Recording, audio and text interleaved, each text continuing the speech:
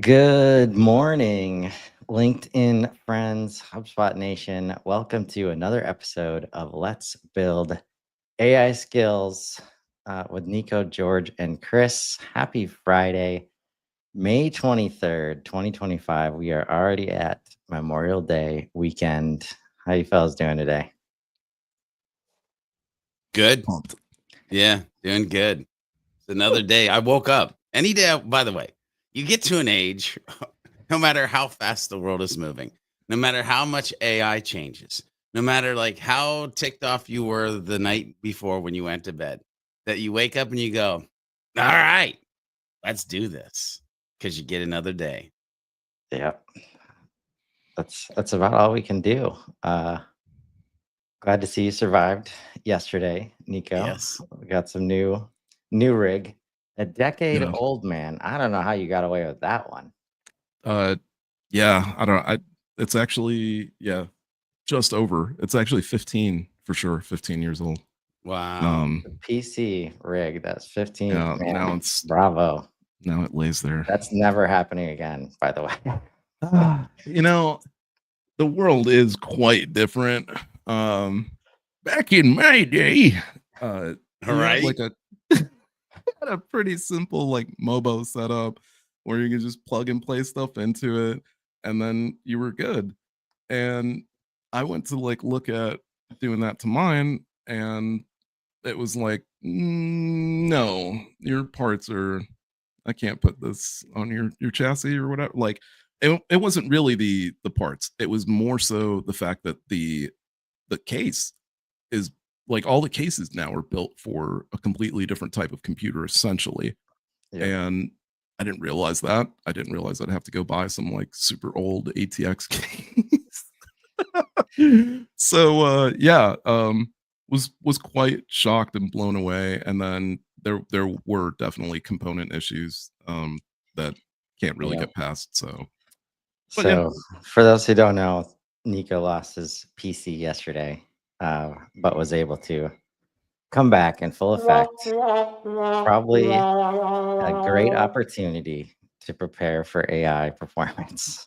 Yes, Um, Right. definitely bought a rig that good, was good gonna to be see you, capable. Josephine. Thanks for joining us today. But yeah, back in my day, 1 month ago felt like 1 month ago. Um, Meanwhile, we can barely remember what happened last week, and that's what we're Yeah. gonna do our best to put in perspective for you today. Um, because I think you're gonna come back to what George just said and realize the only thing you have control over is waking up every day and going about your business, doing stuff that's important to you, doing stuff that's important to the people around you, trying to create value.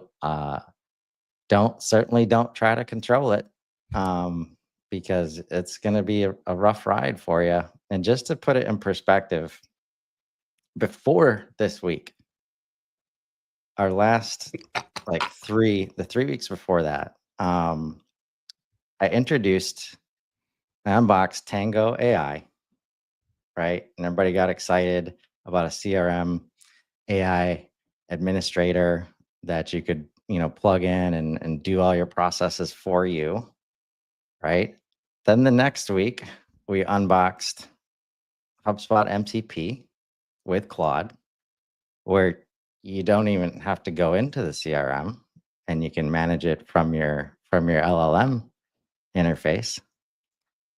And then last week, uh, me and Nico were just sat back in awe while Aaron Wiggers showed us this agentic workflow where she's all of the admin, like project management, HubSpot, all these other systems that we're used to having to log into.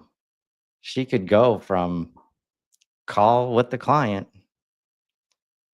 basically to next call with the client without having to do any of the stuff in the middle herself. Nothing. Right. And it gets us Nope. to this concept of, digital twin, digital clone, digital you behind the scenes so that you can show up. It doesn't mean, Aaron, like is no longer involved or replaced in any way. And the way she was describing it, she's getting 40 hours back per week to do the deep work, to do the fun stuff, to do the valuable stuff, right? Yeah. Mhm. And that was 3 weeks. That was a span of 3 weeks before this week. And we got a little bit we've been getting a little bit of a taste of what's happening. The stream of consciousness, let's say, has been dripping out, including in HubSpot, where we saw that Breeze Copilot is being rebuilt this summer Yes, sir. with the latest and greatest AI tools, right? Mhm. And I was keying in on that because we're seeing everybody go to V2, V3. Everybody's just taking a leap forward. And that happened this week with all these drops. I'll let Nico break it down, but that's where you can just see, if you can't feel it yet, it's this convergence, and it's everybody building on the same foundation is something we've never seen before, right? And that's what's allowing for this speed, is that literally I don't know if anybody's building products that's not benefiting from the foundation being created by everybody else right now. Mhm. So quick summary of the week, Nico. Quick Do your best. summary of the That's week. that's an oxymoron. Quick week. Anyway, Trying. So yeah, quick summary of the week. Google I/O conference, Microsoft conference, OpenAI conference, even though they didn't want to necessarily label it as that. So not model releases, massive feature releases, agent related from Microsoft, massive feature releases related to software from Google, and then the most massive model release of like so far this year from Anthropic. So like Microsoft, we got these new agent tools, this kit of like 50 plus different agent tools.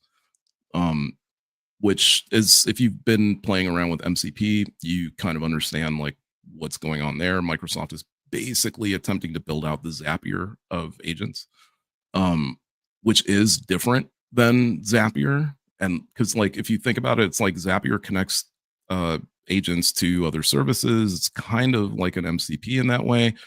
And it does allow you to connect to what it considers to be tools, which is essentially other apps. Whereas the Microsoft version of this is allowing the agents to connect to like actual tools, like methodology, like things that people build in, like different methodologies, different calculative aspects of working on whatever projects. And then Google released like, I don't know, about something like 8 different like really massive features. And I think obviously Notebook LM is on mobile now. It's all right. It's really great to have with you mobile, but it does not yet have all of the features that desktop does, and I'm not quite sure why. But it definitely is quite amazing. Though we will probably walk through it later. Maybe Google has absolutely changed the game when it comes to um, I don't know what you want to call it, I guess when it just comes to like research and development, maybe. Um, and I say that because yesterday, in order to prepare for today, I wanted to take a look at what the AI gold rush looks like. What does it look like over time from the release of GPT 3.5 till now? Like, what does the travel look like, and what have we been doing? And how did I get this? If you can see in this top corner here, it says Gemini. Unfortunately, I think for everybody, you should have this. Should have this capability. And you can see that it's an infographic. And if I wanted to, I could go to its website companion that has pages built out. with interactive elements on it, where I can like look at things that it's built out and even change like working configurations. How is that all possible? Um, it's possible because uh, Gemini included these new features, this new toolkit, where once you've finished deep research, you can now create, and you can create a web page, you can create an infographic, you can create a quiz. So if you're trying to help your students or you're trying to help your kids and your kids are deep researching a particular thing, you're in college and you're writing a thesis and you're wanting to bone up on it so that you can speak intelligently to it when you're giving a presentation. Audio overview. You've done the research, you don't have the time to read through it because you're on the train to work or because you're commuting or whatever it is. So pop it into an audio overview and listen to it. Or you don't like reading.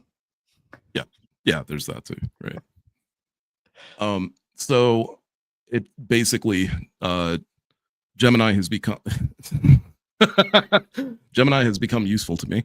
And it is, I mean, it was even prior to this, to be honest with you, the deep research aspect of Gemini is I won't say it's unparalleled. It's only matched by Claude. But it is extremely powerful, and obviously Claude does not have the same sort of features there, as well as export to docs was already something that you could do, but these are also shareable. So these are like mini public links that I can share with people. So imagine that you do. Here's one for you. How's this applicable? What the hell? What's the point? Imagine that you like do work for your client, and you're working on your private Gemini model or your Gemini backed model, whatever it might be, or you have your your Gemini environment, and you put the stats together for your client. Let's say it's I don't know, maybe it's a SWOT analysis, right? Those super boring bunch of numbers on a page, or somebody did some like terrible ass presentation slideshow deck. Not anymore. Now it's a super cool infographic that you can just kind of scroll through and get a feel for whatever it is that you thought you were looking at. Yeah. And if you want to see this happen real time, I think it took you about 10 minutes on Yeah. on Tuesday. Yep. There's a recording of Nico doing this to create like a new brand of band, and based on like music industry research. On Tuesday, he gave a talk in the AI Adventurers community on connect.com, where it's all real time. Like this literally took minutes. Minutes beyond, like minutes of our own time as the human being, right? Like the research might take a minute depending on what you're asking it to do, which is we're gonna get to that part, I think, with Claude in a few minutes. But if you want to see this in action, definitely check out this recording, that recording from Tuesday, because I want to move you forward, Nico. Yeah. we No, got, trust me. we So got. Gmail I mean, is going to be. let's first. Sorry, let's give No, you're George good. a minute. Oh, I need more than a minute. I mean, let's be honest. You know me. I literally was like Gemini.google. Okay, let me go there real quick. And like I'm sitting, because by the way, the whole create thing is like something I've wished that I could do on like deep research projects that I've been doing over on ChatGPT. And I've been trying to figure out like, well, how do I get from here to there? And Yep. you literally just showed me from here to there of being able to like quickly bring something to the world. And so my brain's going 100 miles an hour of like, okay, well, how do I get that on like a branded domain, or like can I move it over somehow real quick, or like what's, you know, because now all of a sudden I just start thinking about like, shit, and I don't swear, by the way, you could deep research every page that you want to build for like your website and then finesse it and like create it and like Anyway, right? And And this you is can where set the up minute. right in the app. Right? yeah, and this is where the game is changing. Like if the barrier is like putting it into our own website, like some people aren't taking that jump. They already don't take that jump with social, Yeah. right? Where you just build your brand right there and you create a page, whatever's easiest. Like if you create your own brand situation just through the LLM, through whatever these tools are, and meanwhile the human engagement is no longer Yeah. happening on your website and your owned properties, as Mhm. bad as we want it to happen. It's like this activates the social conversation, like being present where your audience is becomes ah it Yeah. probably forces people in that direction to Yeah. let go of what has been, right? Yeah. And I'm It has. watching this deep research happen, by the way. And like it is it is fascinating to watch where it's looking and what it's doing. Um yeah. Yeah. If you Share haven't if responsibly, delete anytime. yeah, if you're not paying attention to this one, you should be paying attention to this one. Anybody watching or like cuz sometimes we come on, we do a show, and I know people are like, "Ah, that's cute, guys." Like, "Okay, nice. I'm just going to go back to my normal tool and do my normal thing and like complete my normal week." Maybe not on this one. Yeah. Like maybe take some time to play. Holy mackerel. Because I'm sure a majority of definitely the HubSpot ecosystem uh, is in Google Workspace. Right. So you already have it. Right. Like if you're paying for any Google like business seats included, this you Yeah. have it, Yeah. right? And even me, that's where like every time I open up a doc or a sheet or whatever, I've Mhm. been seeing that little AI star up in the right? I finally used it again. I used it. I've only used it a couple times, but I did today. Like, give me a sign up sheet for people to come on the Road to Inbound show, Mm, right? And that's the thing. Like the giants of industry, they have these infrastructures in place where when you think about what we're seeing here, what does Google already have? They have Google Workspace, they have Google Sites, they have all the infrastructure where as everybody else builds the foundation, they all learn from each other. They all learn how it's being used. They all learn where the gaps are in each other because they're still great at understanding and assessing the market and what humans want and need and all that stuff. And like, surprise, we haven't had this solution yet. yeah. We've Yeah. had disparate solutions to get to these things where we're copying and we're pasting. We're like, this came from, Nico's presentation was all about your AI team, right? Yeah. Yep. How are you using all the tools available? And maybe the worst thing you could do right now is just try to sit in one and pick one that you like. Although Google is probably making it very hard here to think you need other stuff. So outside of this, I mean, what's awesome about this, I'm actually going to ask it to go further because unfortunately, it's not comparing the latest models. It's only comparing like timeline sort of wise the Mm, latest models. yeah. But I still thought, human versus AI evals, even if the latest models are not on here, you can just put your imagination cap on. So like 4.1 is not as strong as O3 and O4 mini high. So I'm sure that those land somewhere right around Claude 4 Opus.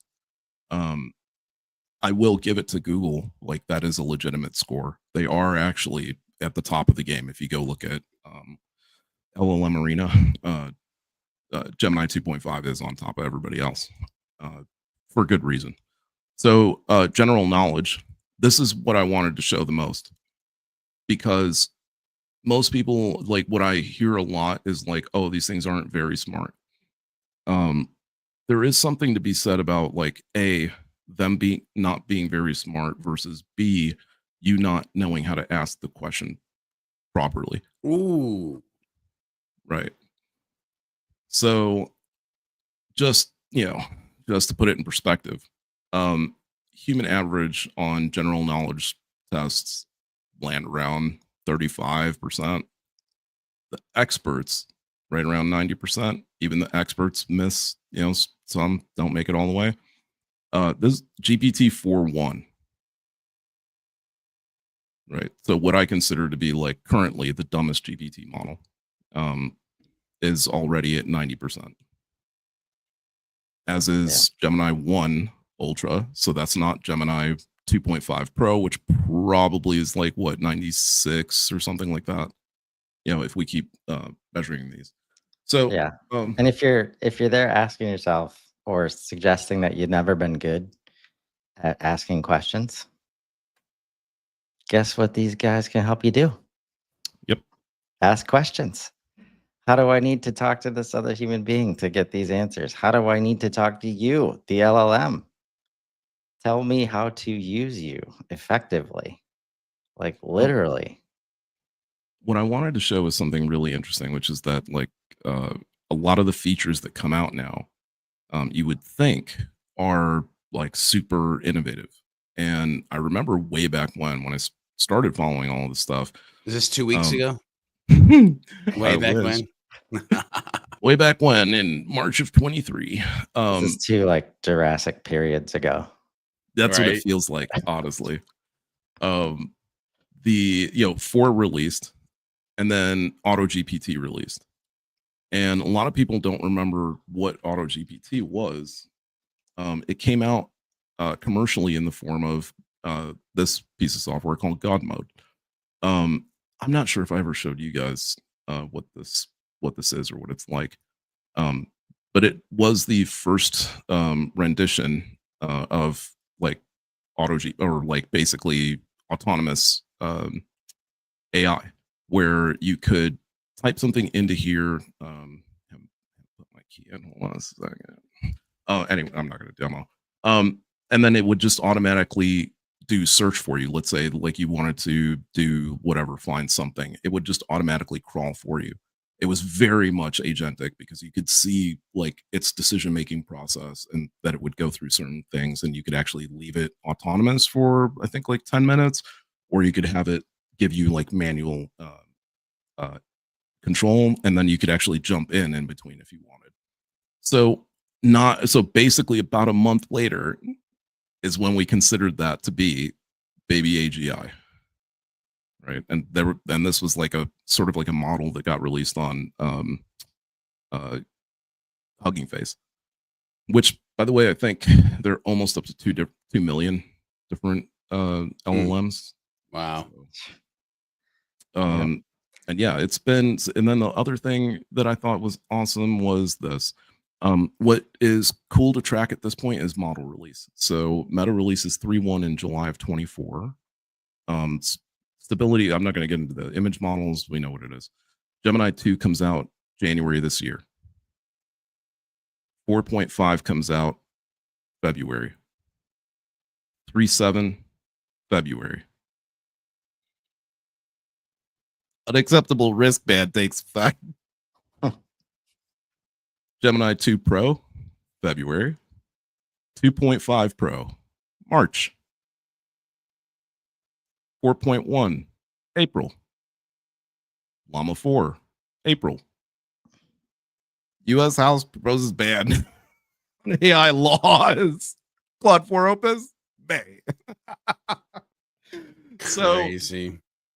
We've had, we've had a half a dozen model releases from like in the last, I don't know, 5 months, and 4 of them have been from OpenAI. 2 of them have been from Anthropic, which Anthropic releases much slower, obviously, than anyone else, and for very good reason. Google, we got 3 different models because we went from 1.5 to 2 to 2.5, and Llama really just 3 technically. We went from 3.5 to 4 to 4.1. So the speed exponent is insane. And so what else with Google?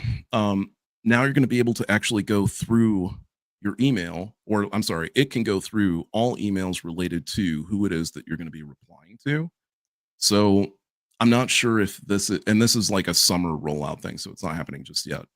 Um, but essentially, when you get the suggestion to reply to somebody, it's going to take into account all emails related to them, all Drive documents related to them, like all of it, the full context, right?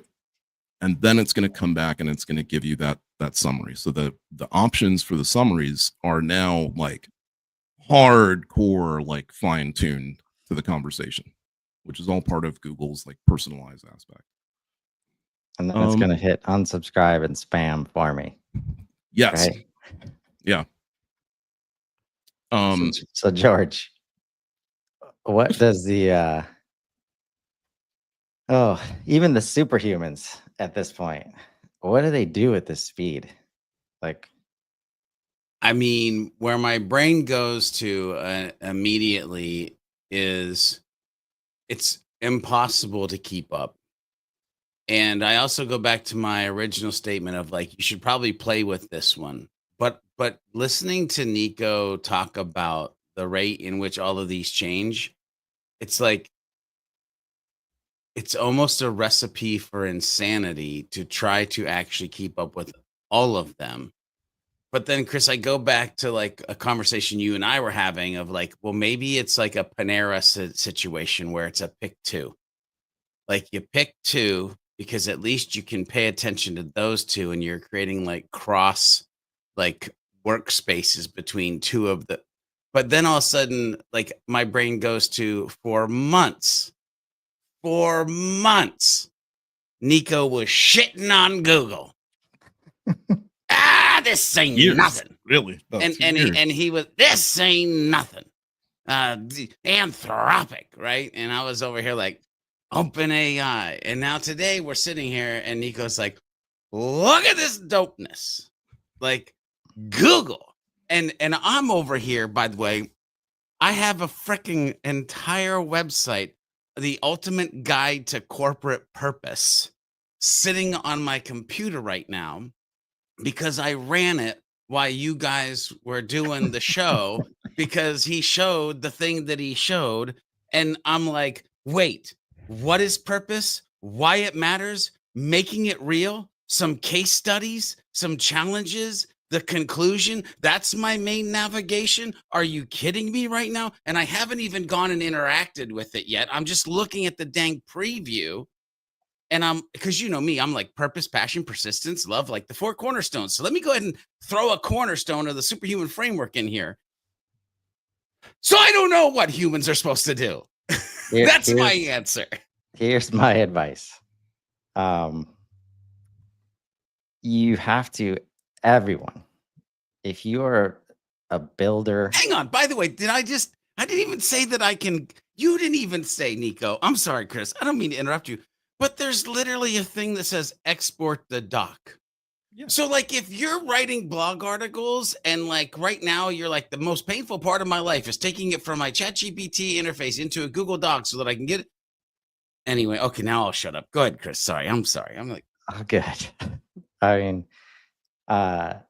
if you're a builder or developer, you got to switch to a user mindset where you are using these tools now to develop and build and create. Like we already knew, like starting from scratch, really bad idea. But now that introduced, like I've been saying for a while, that like anybody looking to develop apps or products, like good luck racing against the LLMs, the HubSpots, the Salesforces, the Microsofts. Like they're going to build it.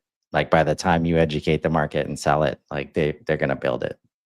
Like once people start paying for it, like then they add it in, right? But now, and this, like the point of HubSpot rebuilding Breeze, even if you build the best stuff, if you're building it on this foundation that is moving forward at light speed, you're going to have to rebuild it. And like so like instead of building, like using, right? Mm-hmm.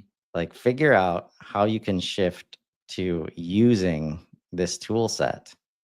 Because like a lot of the most rational answer to me is to let go, like, and just accept that AI is going to keep moving in this direction, and figure out how you turn your value, that your creative value, into a value that works with this tool set. Because if you cannot do that, everybody else will automatically be a leg up, because they're going to be figuring this out, right? And all the companies, and it's like there's no slowing down. There's no going back. And yeah, that's my advice. Like the control, like figure out what you can control, and focus on that, and focus how you can collaborate with these tool sets to create value for yourself and create value for those around you, and probably at least consider creating value for them, so that they look positively upon you when they take over. And so we'll wrap there for today. We are at time.